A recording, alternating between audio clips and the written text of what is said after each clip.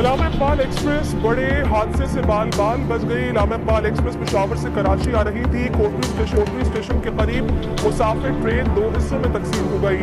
इस रफ्तारी के बायस एक से दूसरे ट्रैक पर जा पहुंची। हादसे के बायस हैदराबाद से कराची की आमद-ओ-रफ्त मुअत्तल हो गई है। हैदराबाद स्टेशन पर मुतादिद गाड़ियों को रोका गया। रेलवे इंतजामिया मुरम्मती काम के बाद रेलवे ट्रैक को बहाल कर दिया गया है। आपको फिर से आगाह करेंगे, इलामा इकबाल एक्सप्रेस बड़े हादसे से बाल बाल बच गई। इलामा इकबाल एक्सप्रेस पेशावर से कराची आ रही थी। कोटरी स्टेशन के करीब मुसाफिर ट्रेन दो हिस्सों में तकसीम हो गई। ट्रेन तेज रफ्तारी के बायस एक से दूसरे ट्रैक पर जा पहुंची। हादसे के बायस हैदराबाद से कराची की आमद-ओ-रफ्त मुअत्तल हो गई। हैदराबाद स्टेशन पर मुतादिद गाड़ियों को रोका गया। रेलवे इंतजामिया ने मुरम्मती काम के बाद रेलवे ट्रैक को बहाल कर दिया।